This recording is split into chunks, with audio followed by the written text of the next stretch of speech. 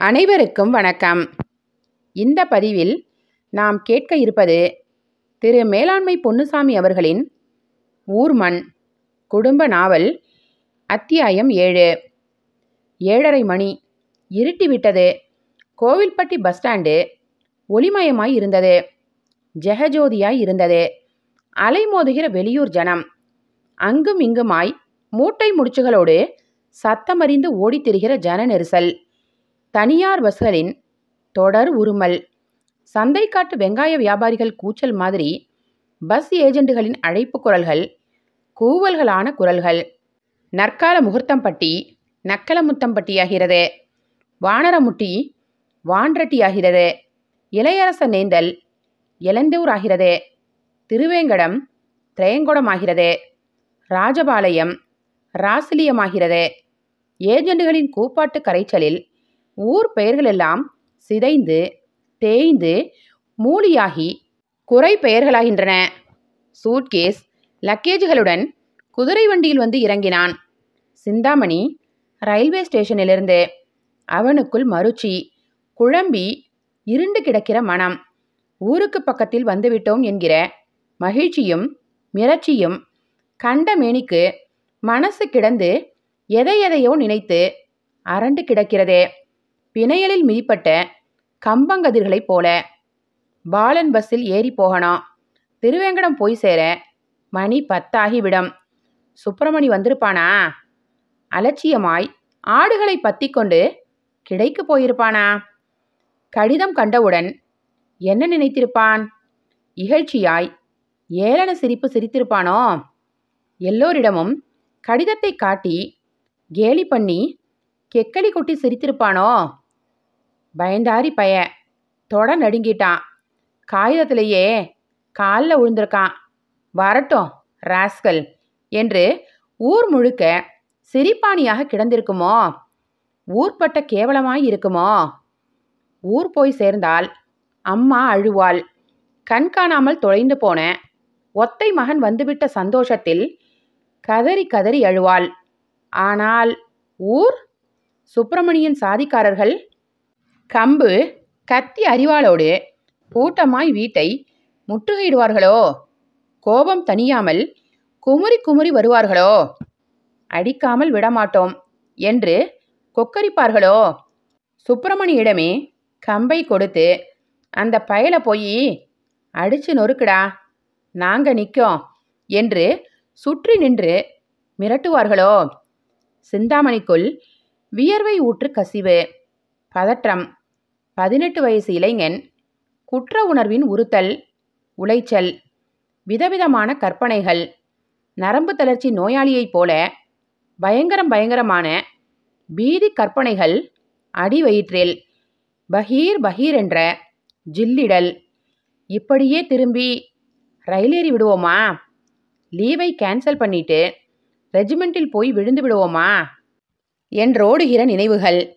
வெருண்ட மனசில் அடிக்கடி தலை நீட்டுகிற கிளி உணர்வுகள். குடையை கண்ட காளையென கழுச்சல் எடுக்கிற மனசு.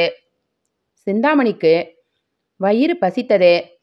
பஸ் நிலையத்துக்கு எதிர்த்தாற்போல நிறைய ஹோட்டல்கள், சேவு கடைகள், இனிப்புகள் நிறைந்த லாலா கடைகள். ஒரு ஹோட்டலுக்குள் நுழைந்தான். பரோட்டா கோழியை விழுங்கினான். சேவு கடையில் மிக்சர் சீனி மிட்டாய் வாங்கினான். 2 ஓலை பெட்டிகளில் பார்சல் பண்ணி கொடுத்தார்கள். யானை சிகரெட் பாக்கெட்டுகள் 10 வாங்கி வைத்து கொண்டான். ஊரில் சிகரெட் கிடைக்காது, சொக்கலால் பீடி மட்டும்தான் கிடைக்கும். பஸ்ஸில் ஏறிக்கொண்டான். மஞ்சள் நிற பாலன் பஸ். அரைக்கால் டவுசர் போட்ட கண்டக்டர் டிக்கெட் போட்டு கொண்டு வந்தார். இவனும் வாங்கி கொண்டான். பஸ் உருமலோடு புறப்பட்டு வேகமெடுக்க கற்றை கற்றையாக முகத்தில் வந்து மோதிய காற்று. புழுக்கத்தை முத்தமிட்ட காற்றின் சுகப்பரவசம் தாழ முடியாமல் கண்களை மூடினான். மனசுக்குள் ரெஜிமெண்ட். கேன்டீனில் தட்டேந்தி உண்ட உணவு. கூடாரத்தில் ஓய்வெடுக்கிற இடத்தில் ரைஃபிளை பூட்ஸை துடைத்து பளபளப்பேற்றிய விதம். இராணுவ வேன்கள். பாதையற்ற அடர் வனத்திற்குள் ஊர்ந்து ஊர்ந்து நகர்ந்த அனுபவங்கள். வைகரை இருட்டில் வேர்க்க ஓடிய பேரேடுகள். கண்களை திறந்தான். வெருண்டு வெருண்டு பின்னோக்கி ஓடுகிற இருட்டு மரங்கள், வட்ட சுழற்சியாக உருண்டோடுகிற கரிசல் காடுகள். ஒவ்வொரு ஊரின் மஞ்சள் போர்டுகளையும் பஸ்ஸின் ஹெட்லைட் வெளிச்சத்தில் உற்று உற்று வாசித்தான். ஊரின் பழைய நினைவுகள் ஞாபக மடிப்புகளுக்குள் மயிலிறகுகளாக புழுதி படிந்த நினைவுகள்.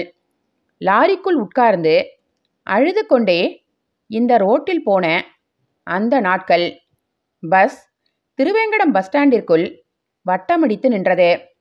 பஸ் ஸ்டாண்டில் அவ்வளவாக ஆட்கள் இல்லை. அங்கொன்றும் இங்கொன்றுமாக ஒரு சிலர் மட்டும்தான். இறங்கிய சிந்தாமணியின் கண்கள் படபடக்கிற நெஞ்சுடன் சுற்றி பார்த்தன.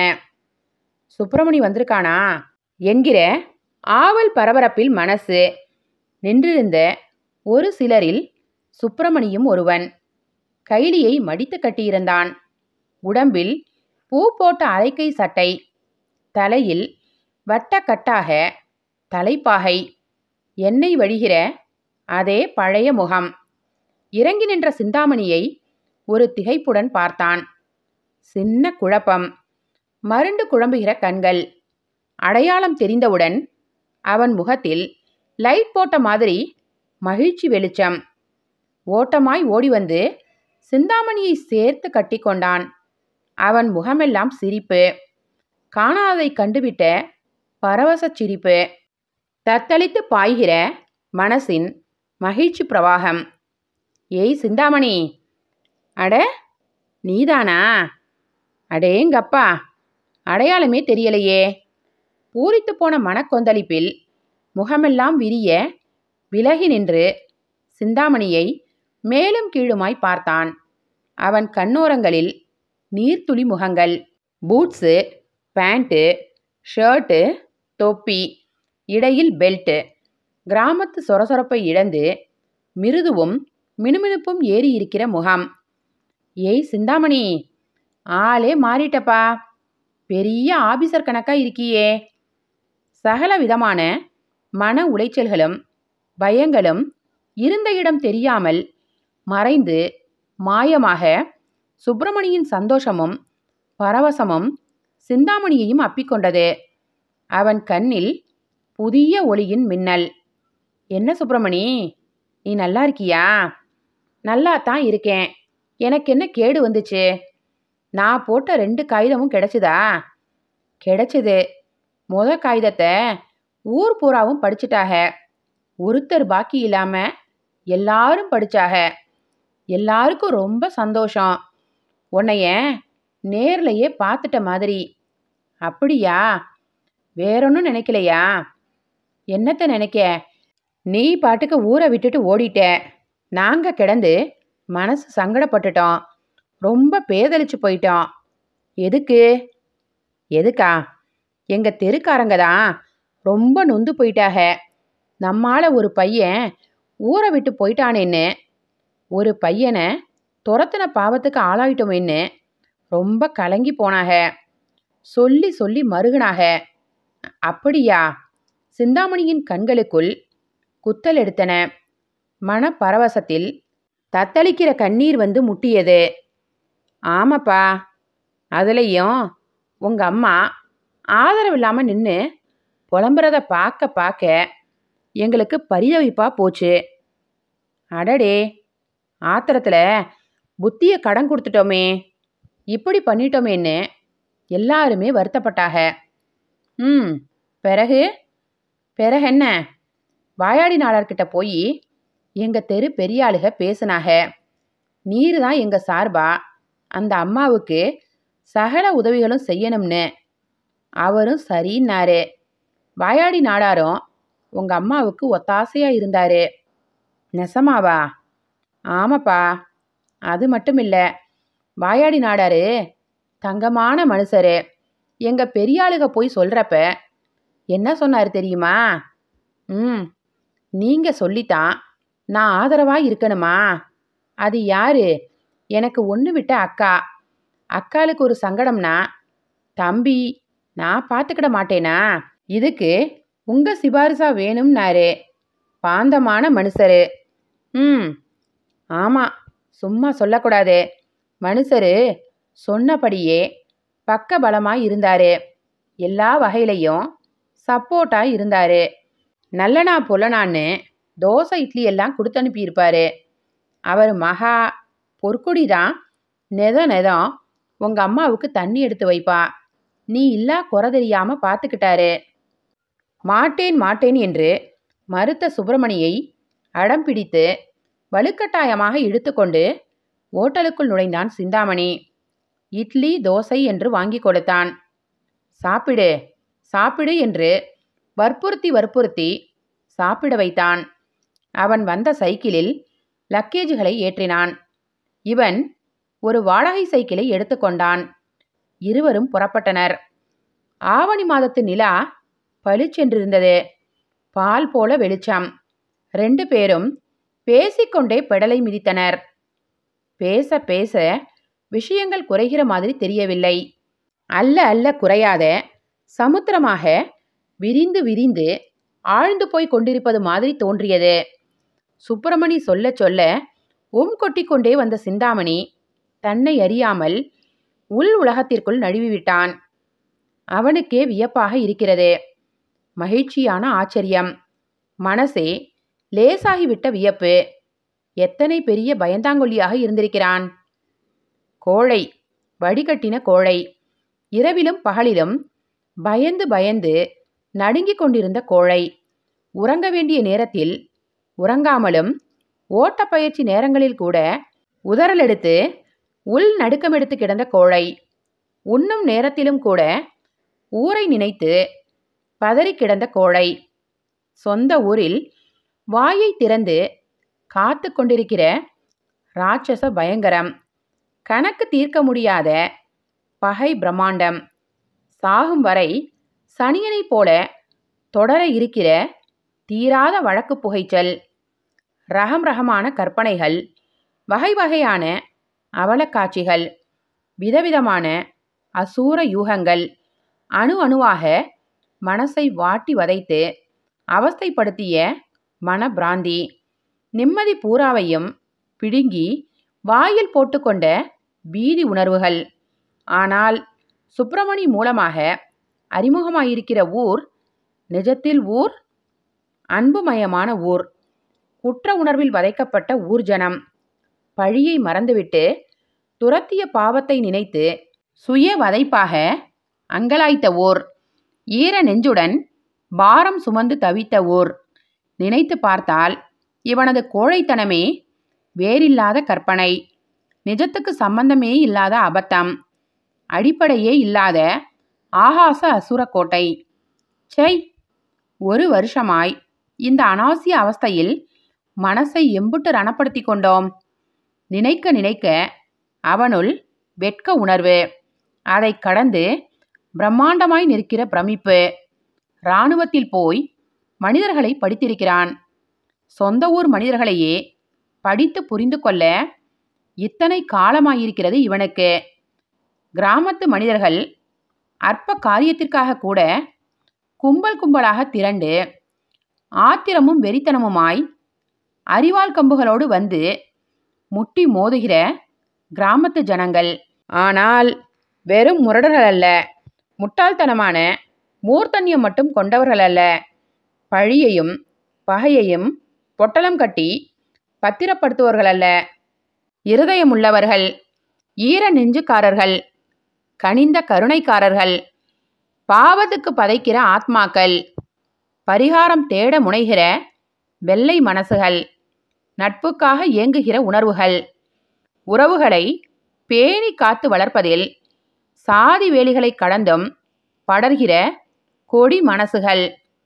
சிந்தாமணிக்குள் கனிந்து குழைகிற உணர்ச்சிகள், நெக்குருகி போன நெஞ்சிலிருந்து கண்ணுக்குள் பீரிடுகிற ஈரக்கசிவுகள், தன்னைத்தானே கண்டித்து கொள்கிற விமர்சன உணர்வுகள், தன்னைத்தானே பரிகசித்து கொள்கிற முதிர்ந்த படிப்பினைகள். சாதிவெறி கொண்ட குரோத மனசோடு ஊரை விட்டு ஓடிய சிந்தாமணி சாதி அழுக்கை கழுவிய பரிசுத்த மனசோடு ஊரை நோக்கி வருகிற பட்டாளத்தானாக. எத்தனை பெரிய தலைகீழ் மாற்றம்! கால தேச அனுபவங்களின் வார்ப்பினால் நிகழ்ந்த மாற்றம். குணாம்ச ரீதியான உள் சலவை. சுப்பிரமணிக்கு ஒரு ஸ்வெட்டர் தரணும், ஒரு பனியனும் தரணும்.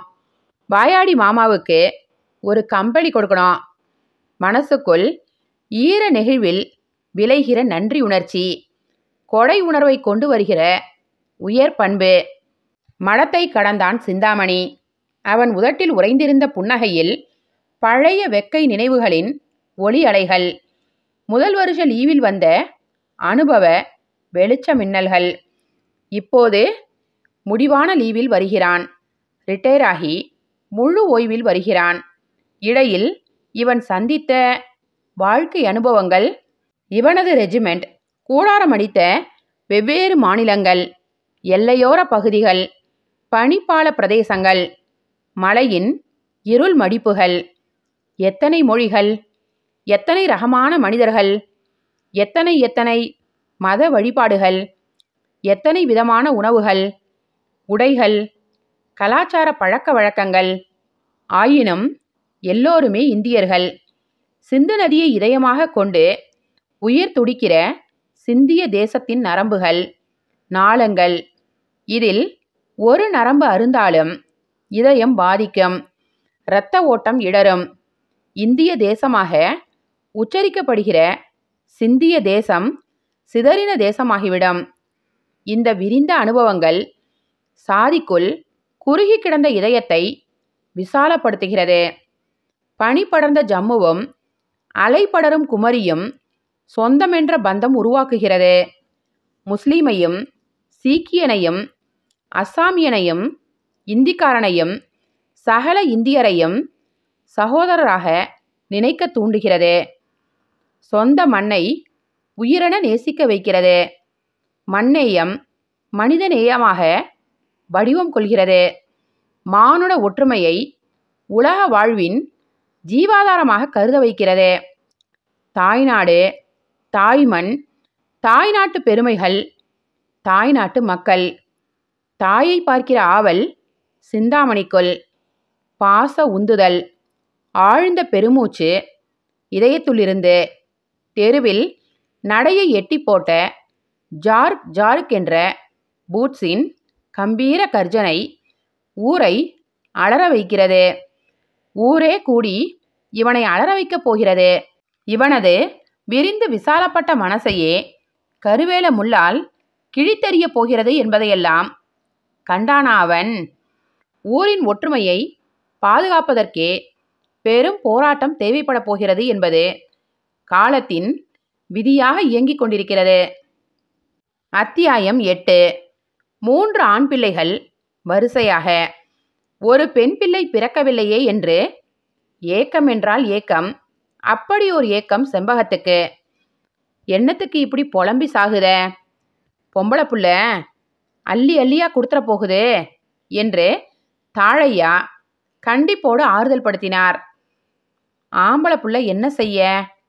வளர்ந்து ஆளான பிறகு தாய் தகப்பன கிழட்டு கழுதைகன்னு வைக்கிறதுக்கா? பொண்டாட்டிமார் பேச்ச கேட்டுக்கிட்டு பெத்தவுகளை அடிச்சு விரட்டவா? பொம்பளை புள்ள மட்டும் என்ன வாழுதான்? அவளுக்கு வாக்கிற புருஷன் வைவான். உங்க ஆத்தா அப்பன் என்ன செஞ்சு கிழிச்சிட்டாக? கெதி கெட்ட ஆளுகன்னு புருஷன் பேசினாலும் பெத்தவங்களுக்கு வக்காலத்து வாங்கி புள்ள சண்டை போடுவா. பொண்டாட்டி பேசினா தலைய ஆட்டுவான் ஆம்பளை பைய. அடடே, அப்படி ஒரு நியாயம் இருக்கோ? அது மட்டுமா? பொம்பளை புள்ளன்னா சாகிற வரைக்கும் தாய் தகப்பன் மேலே ஒரு பாந்தமாக இருப்பா. தளர்ந்த வயசுல வீட்டு வேலை பூராத்தையும் கையில் வாங்கிக்குவா. தவிச்ச வாய்க்கு தண்ணி மோந்து தருவா. அது நெசந்தான். பொம்பளை புள்ள நடமாடுனா வீட்டுக்கே ஒரு லட்சணம்தான்.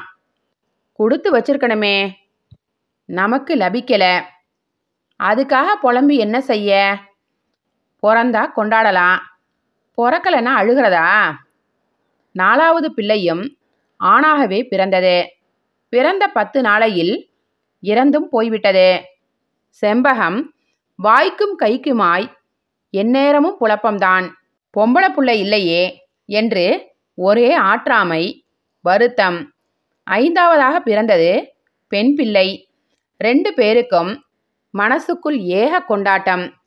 5வது பெண் பிறந்தால் ஐஸ்வர்யம் குவியும் என்று கிராமத்து சொலவடை. 2 பேருக்கும் இரட்டை சந்தோஷம். அந்த வெள்ளந்திகளுக்குள் விடிய விடிய சண்டை, என்ன பேர் வைக்க என்று. ஏகமாய் வாக்குவாதம், சர்ச்சைகள். தங்கம், சொர்ணம், செல்வம், ஐஸ்வரி என்று செல்வத்தை குறிக்கிற பெயராக இருக்க வேண்டும் என்பது செண்பகம் கட்சி. தாழையாவுக்கோ அருஞ்சுனை காத்த ஐயனார் என்கிற குலதெய்வத்தை நினைவுபடுத்துகிற பெயராக அமைந்தாக வேண்டும் என்று ஒரே பிடி சாதனை. 2-3 நாளாக அவர்களுக்குள் யோசனைகள், விவாதம் தூள் பறந்தது. சண்டைகள், சச்சரவுகள், செல்லச் சண்டைகள். 2 பேருக்கும் இடையில் எங்கோ உட்கார்ந்திருக்கிற 3வது தீர்வு கண்ணில் படாமல் கண்ணாமூச்சு காட்டிக் கொண்டிருக்கிறது. ரொம்ப முழிப்பாட்டமாய் இருந்தது. முடிவு காணாத சச்சரவை கிடப்பில் போட்டுவிட்டு திண்ணையில் படுக்க போனார் தாழையா. வழக்கம் போல குலதெய்வத்தை கும்பிட்டு கொண்டே படுத்தார். ஐயா, தாழையடி ஐயனாரே, நீருதான் தொணை. பிறந்த பச்சை பிள்ளையை மடியில் போட்டு பால் கொடுத்து கொண்டிருந்த செம்பகம் காதில் அந்த குரல். பச்சை மதலையின் பிஞ்சு உதடுகள் உயிரை உறிஞ்சுவதைப் போல சிப் சிப் என்ற பூவெடிப்பு சத்தத்தில் பால் கொடுக்கிற கிறுகிறுப்பில் புல்லரித்து போய் கண்களை மூடியிருந்தாள். மூடிய கண்ணுக்குள் அருஞ்சுனை காத்த ஐயனார் கோயில். கண்ணங்கரேல் என்று படர்ந்து கிடக்கும் அந்த வெதுவெதுப்பான சுனை படிக்கட்டுகள், துள்ளும் மீன்கள், சுற்றிலும் மருத மரங்கள், வானத்தை முட்டுகிற பெரிய பெரிய விருட்சங்கள், சமையல் கூடம், பூஜாரி அறை, தலா போட்ட கிணறு, பொங்கல் வைக்கிற இடம், கோயிலின் முன்பாகத்தில் ஐயனாரின் படம், அவரின் இரு பக்கமும் 2 மனைவியர், வலது பக்கம் பூர்ணம், இடது பக்கம் செண்பகத்துக்குள் ஒரு பளீர். மின்னலாய் துடித்ததிர்ந்த ஓர் உணர்வு, மனசுக்குள் பிடிபடாத சந்தோஷ பெருக்கு. ஆவல் பொங்க சத்தம் போட்டாள். ஏங்க, என்ன செம்பு? சலிப்பில் வந்த எரிச்சல் தாழையாவிடமிருந்து. இன்னும் உறங்கலையா? உறங்குறவன் உன்கிட்ட நொன்னான்னு கேட்பானா? இங்க சித்த வாங்கலேன். என்ன சொல்லு? அட வாங்கலேன். அவளது ஆவல் அவரையும் பற்றி கொள்ள சலிப்பை கடந்தார். பெருமூச்சின் இரைச்சலோடு எழுந்து உள்ளே போனார். என்ன விஷயம்? நம்ம புள்ளைக்கு நல்ல பேரு கிடைச்சிருக்கு. என்ன பேரு? உங்களுக்கும் எனக்கும் பொதுவான பேரு. சொல்லு. உங்க குலதெய்வத்துக்கு நொட்டாங்கை பக்கத்தில் ஒரு சம்சாரம் இருக்குமே. ஆமாம், அதோட பேரு நல்ல பேரு. உமக்கும் பிடிக்கும், எனக்கும் சம்மதம். அப்படியா? என்ன பேரு? பொற்கொடி. அவருக்குள் பளிச்சென்று பரவிய வெளிச்சம். செம்பகத்தின் சந்தோஷம் அவருள் திருப்தியாக படர்ந்தது. பொற்கொடி, பொற்கொடி, பொற்கொடி. நல்லா இருக்கே. இருக்கட்டும். பேரு நல்லா இருக்குல்ல? அருமையான பேரு. செண்பகம்னா செண்பகம்தான். தாழையாவின் ஒல்லி தேகத்தையும் உடல் வாகையும் செம்பகத்தின் தேக நிறத்தையும் சுவீகரித்து கொண்டு வந்து பிறந்திருந்த பொற்கொடி. அந்தி வெயிலை கூட கூச வைக்கிற குளிர்ச்சியான ஒளியாக ஒரு நிறம். அழுக்கு துணியெல்லாம் பொறுக்கி ஒரு பழைய சேலையில் பொட்டலமாக கட்டி ஓரம் வைத்தாள் பொற்கொடி. மதிய கரண்டு குழாயில் தண்ணீர் வந்துவிட்டது. ஓடி ஓடி தண்ணீர் எடுத்தாள்.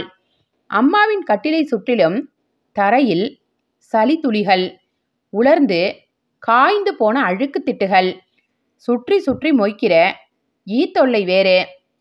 சகலத்திலும் தண்ணீர் ஊற்றி கழுவிவிட்டாள். அம்மா படுத்து கிடந்தாள். ஒரு கழுத்து முடங்கி இருந்தாள். ஓடி ஓடி மகள் வேலை செய்கிற அழகையே சுறுசுறுப்பையே பார்த்து கொண்டிருந்தாள். பொற்கொடி உள்பாவாடையின் நுனியை தூக்கி இடுப்பு சேலையில் சொருகிக் கொண்டு நீர் தெளித்து ஊறி கிடந்த தரையை குச்சிமாரால் பர் பர் பர் என்று தேய்த்து விட்டாள். தேய்க்க தேய்க்க திரண்டு வருகிற அழுக்கு. தண்ணீரை அள்ளி அள்ளி ஊற்றினாள். சலப் சலப் என்று வருகிற சத்தம். கழுவி விட்டாள். அவள் நாடிக்குடியில் வியர்வை துளிகள் பொடி பொடியாக, நாசி நுனியில் முத்துப்புள்ளாக தொங்குகிற வியர்வை துளி. செம்பகம் படுத்த நிலையிலேயே அப்படி செய் இப்படி செய் என்று சொல்லி கொண்டிருந்தாள். அம்மா, கஷாயம் போட்டு வச்சிருக்கேன், தரட்டா? வேண்டாம்மா, நீ ஜோலியை பாரு. இல்லைம்மா, அதிமதுரம், சித்தரத்தை, பனங்கல்கண்டு எல்லாம் போட்டு கொதிக்க வச்சது. துரத்தலுக்கு நல்லதுமா. சரி, கொண்டா. குச்சிமாரை அப்படியே போட்டுவிட்டு அடுப்பங்கரைக்குள் நுழைந்தாள். எவர் சில்வர் கிளாஸுகள் 2 ஆற்றிக்கொண்டே வந்தாள்.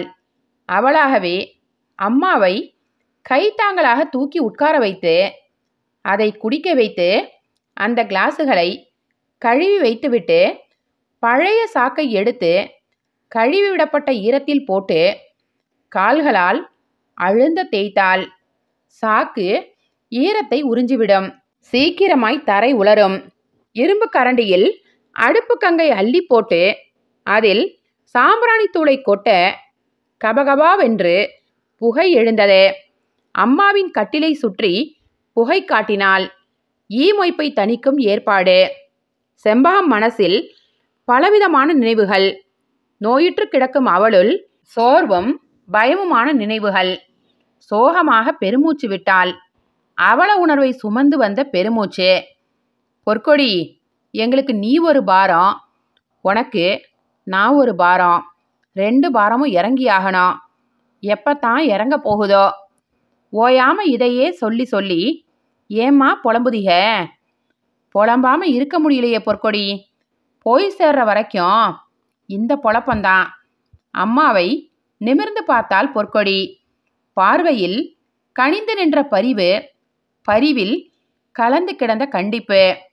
எம்மா, நோய் வர்றது விதிவசம். நோய் வந்து படுத்துட்டா சீராகி எந்திரிக்கிற வழியத்தான் பார்க்கணும். போறத பற்றியே பேசக்கூடாதுமா. நீங்க போயிட்டா ஐயாவுக்கு யார் இருக்காக? அவருக்கு என்ன, நாடு சுத்தின ராசா. உலகமே அவரோட உள்ளங்கையில் உருளுமே. அவரை பற்றி கவலைப்பட வேண்டியதில்லை. ராசாவா இருந்தாலும் வயசான காலத்தில் ஒத்தையில் என்ன செய்ய முடியும்? மைனிமாருக கையை நம்பி ஐயா இருப்பாரா? இருக்க முடியுமா? முடியாதாக்கும். ஏண்டி முடியாது? உங்கள் அண்ணன்மார்க உங்கள் ஐயாவை அப்படி விட்டுருவாங்களா? அண்ணங்க 3 பேரும் தங்கமான உகதான். ஐயாவை நல்லபடியாக மதிப்பாக வச்சுக்கிடுவாக. ஆனால் மைனிமார்க? செம்பகம் முகத்தில் ஈ மொய்த்தது. மூக்கில் வந்து உட்கார்ந்தது. அவள் மனத்தில் ஒரு திகைப்பு. இதுவரை யோசித்திராத கோணத்தில் பொற்கொடி. மருமகள்கள் கையை நம்பி ஒரு கிழவனை ஒப்படைத்தால் என்ன மரியாதை கிடைக்கும்? ராசா போல ராஜ்யம் கட்டியாண்ட மனிதரை பிச்சைக்காரனைப் போல கையேந்த வைத்து விடுவார்களோ? பாடாய் படுத்தி விடுவார்களோ? சோத்துக்கும் ஏங்கி போய் தவித்த வாய்க்கும் தண்ணீர் மோந்து கொடுக்க நாதியற்று. அட, ஏன் ராசாவுக்கு அந்த கதி? ஆமா, இந்த கேட்டு சனியனுக்கு நேரத்துக்கு கஞ்சி ஊற்றி கடிச்சிடை பார்த்து கவனிக்கிறதுக்குள்ள நம்ம உசுறு போயிடும். சை, இந்த சனியன் எப்போ போய் சேருமோ? ஒரு மருமகளின் சல்லையான முணுமுணுப்பு. நங்கென்று கஞ்சித்தட்டை வைக்கிற அலட்சியம். அவமான தீயில் கருகி வாடி போன ஒரு கிழட்டு முகம். கண்ணில் நீர் திரள கஞ்சியில் மனக்கசப்போடு கை வைக்கிற அந்த கை. செண்பகத்துக்குள் மின்னி மறைந்த அவல காட்சி. அவளுள் உணர்ந்த உணர்தலின் அதிர்வு மின்சார அதிர்வாக பரவியது. வெலவெலத்து போனாள். பொற்கொடியை திறந்தவாய் மூடாமல் பார்த்தாள். அப்படியா சொல்லுத பொற்கொடி? அவளுள் புதிய உணர்வின் திணறல். அவளது பழைய அபிப்பிராயம் நிலை குலைந்து நொறுங்கிச் சரிகிற புழுதி புகை. புதிய புரிதலின் மன அழுத்தம் கற்றையாக அடைத்து கொண்ட மாதிரி இருந்தது தொண்டைக்குள். ஆமாம்மா, ஐயாவுக்கு நீங்க தான் ஆதரவு. இப்போ மட்டுமில்ல, இனிமேலும்தான். நான் எப்படி நோயிலிருந்து பொழைச்சு எந்திரிச்சிட முடியுமா? நடக்கிற காரியமா? ஏம்மா முடியாது? இப்போதான் இதுக்கு நல்ல நல்ல ஊசி மருந்தெல்லாம் கண்டுபிடிச்சிருக்காங்களே. மாத்திரைக இருக்கு. உங்ககிட்ட நம்பிக்கை தான் வேணும். மீளணும்னு வைராக்கியம் வேணும். எந்திரிச்சு ஐயாவுக்கு ஒத்தாசையாக இருக்கணும்னு தவிப்பு வேணும். மகளை வெறுமனே பார்க்கிற செண்பகம். ஆனால் உள்ளுக்குள் ஏக பிரமிப்பு, வியப்பான நினைவுகள். இவளா இப்படி பேசுகிறாள்? அவளின் ஐயாவை உரித்து வைத்த மாதிரி நிற்கிற பொற்கொடி அவரை மாதிரியே தாட்டியமாக பேசுகிறாளே. எத்தனை அறிவோடு பேசுகிறாள்! ஒரு தாய் பேசுகிற மாதிரி பாந்தமாய், நுட்பமாய், பக்குவப்பட்ட திடமாய் தாழையாவே வந்து நின்று பேசுகிற மாதிரி. அம்மாவின் ஆச்சரியத்தை பார்த்து கொண்டிருக்க இது தருணமில்லை. மணி 4 போகிறது. அம்மாவுக்கு வெந்நீர் கொதிக்க போட்டுவிட்டு அழுக்கு துணி பொட்டலத்தோடு கிணற்றுக்கு ஓடணும். பம்பு செட் மோட்டார் ஓடும். இத்தனை துணிகளையும் துவைத்து அலசி குளித்து விட்டு வரணும். வந்து ஐயாவுக்கு காப்பி போட்டு வைக்கணும். ஒரு கடிச்சுக்கிடை தயார் பண்ணணும். மலைமலையாய் குவிந்து கிடக்கிற வேலைகள். அம்மா, நான் குளிக்க போயிட்டு வரேன். இம்புட்டையும் நீ தான் துவைக்கணுமா? பிறகு ஏகாலிக்கிட்ட போடலாம்ல. வந்து சேர 1 மாசம் ஆகும். சரி, போயிட்டு வா. கதவை சாத்தி வச்சுட்டு போகிறேன். உன் கூட யாரும் வராங்களா? நீ மட்டும் போறியா? நான் மட்டும்தான். ஒத்தையிலா? ஏம்மா பயப்படுதீங்க? நான் யாரு? தாழையா நாடார் மகா. இந்த ஊரில் நான் எதுக்கு பயப்படணும்? என்ன பார்த்து பயந்தா போதாதே. செண்பகம் முதட்டில் ஒரு புன்னகை ஒரு அழகான நெருஞ்சி பூவாக ஒளிர்ந்தது.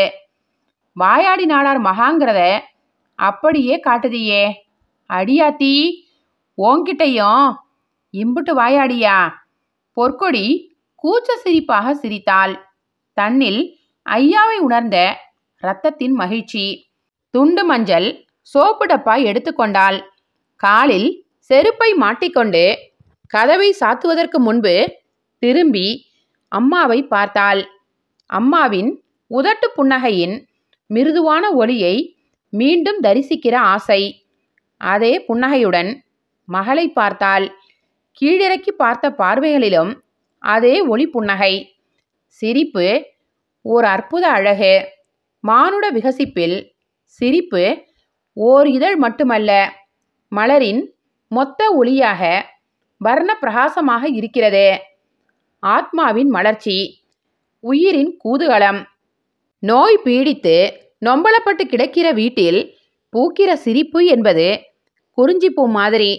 அதற்கு ரொம்ப மவுசு, வசீகரம், ஆழ்மன பேரழகு, உள்மலர்ச்சியின் வாசம். அம்மாவின் புன்னகையை அள்ளி மனசுக்குள் பத்திரப்படுத்துகிற மாதிரி ஆசை தீர பார்த்தாள். கதவை சாத்தினாள். ஐயா இன்று சல்லம்பட்டி போயிருக்கிறார். பருத்தி எடை என்றார். அரவை மில்லுக்கு பருத்தி வேண்டுமென்று மில்காரர்களே நேரடியாக வந்திருக்கிறார்கள். மஞ்சள் பை நிறைய பணக்கட்டுகள் 1 லோடு வாங்கியாக வேண்டும் என்று பசியோடு படையெடுத்திருக்கிறார்கள். 1 லாரி லோடு என்றால் சும்மாவா? கொஞ்சமா? 4-5 ஊர்கள் அலையணும். குவிண்டாலுக்கு 50-60க்கு மேல் விலையை உயர்த்தி வைத்து விடுவார் ஐயா. இந்த மாதிரி நேரத்தில் சம்சாரிகளுக்கு கமுக்கமாக ஒத்தாசை செய்வதில் ஐயா ஒரு சமர்த்தர். ஐயாவுக்கு கமிஷன் பணம் தருவது வியாபாரிகள்தான். வியாபாரிகளுக்கு சப்போர்ட்டாக இருப்பது போன்ற பாவனையை வாய் பேச்சிலேயே ஐயா ஏற்படுத்தி விடுவார். வாய் வியாபாரிக்கு ஆதரவாக இருந்தாலும் காரியம் மட்டும் சம்சாரிகளுக்கு சப்போர்ட்டாகத்தான், விவசாயிகளின் நலனைத்தான் கண்ணும் கருத்துமாக பேணுவார். அதுதான் அவரது பிறவி சுபாவம். நான் பிறவியிலேயே சம்சாரிதான். சம்சாரி ரத்தத்தில் பிறந்தவன். அதுவும் எப்பேற்பட்ட சம்சாரி! ஊருக்கே முதல்ல மிளகா விவசாயம் செய்ய தடம் போட்டு காட்டின சுத்தமான சம்சாரியோட ரத்தம். தொழில் தரகுதான், ஆனா மனசு சம்சாரி மனசுதான் என்று அடிக்கடி சொல்லிக் கொள்வார். பெருமிதத்தில் ததும்பும் முகத்தில் கம்பீரமாய் மீசையை மேல் நோக்கி நீவி விட்டு கொள்வார். சம்சாரியா வாழ முடியாமற் போனதற்காக வருத்தமான ஏக்கத்துடன் பெருமூச்சு விட்டு சூழ் கொட்டுவார். பொற்கொடி நடையை எட்டி போட்டாள். சாயங்கால சூரியன் மஞ்சள் தகதகப்பாய். ஆவணி மாதத்து காற்றில் வேலி மரங்கள் பேயாடுகின்றன. 1000 தலை நாகமாய் நீள்கரங்கள் நீட்டி ஆடுகின்றன. வேப்ப மரங்கள் கரும் பச்சையாய் போடுகிற கூத்தாட்டம். கூட்டம் கூட்டமாய் சிறகடித்து பறக்கும் குருவிகளும் மைனாக்களும், காற்று முழுக்க நிறைந்திருக்கும் பறவை சங்கீதம், இரை தேடும் பச்சை மின்னல்களாய் கிளி கூட்டம். ஓடைக்குள் இறங்கினாள். முன்னெல்லாம் ஓடைக்குள் ஆள் உயரத்திற்கு மணல் கிடக்கும். புதைய புதைய நடக்கும்போது பாதங்களுக்குள் பரவுகிற சுகம், பாதங்களுக்குள் நெருநெருத்து குழைகிற அந்த மணலின் ஸ்பரீச புல்லரிப்பே தனி. 9 கிலோமீட்டர் தூரத்தில் கரிசல் காட்டில் வந்து முளைத்த சிமிண்டாலை, நரிகள் உலவி திரிந்த வனக்கரிசல் ஒரு மாயாஜாலம் போல கட்டிடங்கள் நிறைந்த நகரமாயிற்று. கட்டுமானத்துக்கு மணல் அவசிய தேவை. லாரி லாரியாக வந்தன மணற்கொள்ளைக்கு. மணலை அள்ளவிட மாட்டோம் என்று மல்லுக்கு நின்ற ஊர்ஜனம், ரவ்வும் பகலும் காவலுக்கு போன இளவட்டங்கள். ஆலை வளர்ச்சியின் புலி பாய்ச்சலுக்கு முன்னால் பட்டிக்காட்டு சம்சாரிகள் குறுக்கே நிற்க முடியுமா? பருப்பு வேகுமா? ஜாம் ஜாம் என்று நடந்த மணற்கொள்ளை இப்போது எறும்புகள் மேய்ந்து முடிந்த நெத்திலி கருவாடாக கிடக்கிற ஓடை. வெறும் பாறை முடிச்சுகள், உவர் பொங்குகிற பாறை, பல்லை இழிக்கிற பாறைகளின் இண்டு இடுக்குகளில் வேலி செடிகள், ஆதாளை செடிகள், மஞ்சனத்திகள், கொரண்டி செடிகள். லட்சணம் கெட்டுப்போன ஓடை. மணலை பறிகொடுத்த விதவை அமங்கலம். ஓடை நிறைய ஆள் உயரத்துக்கு மணல் கிடந்தால் மழைக்கால நீர்ப்பெருக்கை அடிமடியில் வாங்கி வைத்திருக்கும். பிள்ளை பிண்டத்தை பத்திரப்படுத்துகிற தாயாக நீரை சேமித்து வைக்கும். கோடை காலத்தில் சுற்றியுள்ள கிணறுகளின் உள் சுவர்களில் கருணையோடு நீர் கசிவாக ஊற்றெடுக்கும். இன்று ஓடை விதவையாக, கிணறுகளும் தாயற்ற பிள்ளைகளாக நீர் வற்றி லட்சணமிழந்து கிணற்று நீரின் ருசித்தன்மையும் கெட்டு உப்பு தண்ணீராகி நிலங்களும் உவர் பொங்கி விவசாயமே சர்வநாசம். பொற்கொடி ஓடையை கடந்தாள். வண்டிப்பாதை புழுதியில் நடந்தாள். தை மாதம். செம்போத்து பறவைகளின் ஏக்கம் நிறைந்த துயரக்கூவல். மஞ்சனத்தி மரத்து கிணற்றில் மட்டும் அதிசயமாக வற்றாத நீர். எந்நேரமும் மோட்டார் ஓடும். 2 பேஸ் கரண்டு இருக்கிற நேரத்தில் கூட கண்டென்சர் உதவியில் ஓடும். தொட்டிக்குள் வெள்ளி கற்றையாக விழுகிற தண்ணீர் நுரை நுரையாக பொங்குகிறது. வாய்க்காலின் கோரை புற்களுக்கிடையே பாம்பாக ஊர்ந்து செல்கிற நீர். துணி பொட்டலத்தை தொட்டி தண்ணீருக்குள் போட்டு முக்கினாள். எல்லா துணிகளுக்கும் பர்ட் பர்ட் என்று சோப்பு போட்டாள். மின்னல் வெட்டுகிற வேகம் அவள் கைகளில். அவள் மனசுக்குள் மொட்டவிழ்கிற ஒரு ஞாபகம். அவளை மீறிக்கொண்டு அவளுள் வாசத்தோடு முகம் காட்டுகிற நினைவு. நேற்றைய கனவு. அந்த கனவை நினைத்தவுடன் அவளுக்குள் 1000 பூக்களின் வெடிப்பு சத்தம். இதழ்களை விரிக்கிற ஒளி பரவசம். மகரந்தத்தின் போதையூட்டும் சுகந்த வாசம். மனசையே கிறங்கடிக்கிற அந்த வாசனையில் மெல்ல மெல்ல திரை விலக்கி முகம் காட்டுகிற அந்த கனவு. இந்த நாவலுடைய தொடர்ச்சியை அடுத்த பதிவில் கேட்கலாம். நன்றி, வணக்கம்.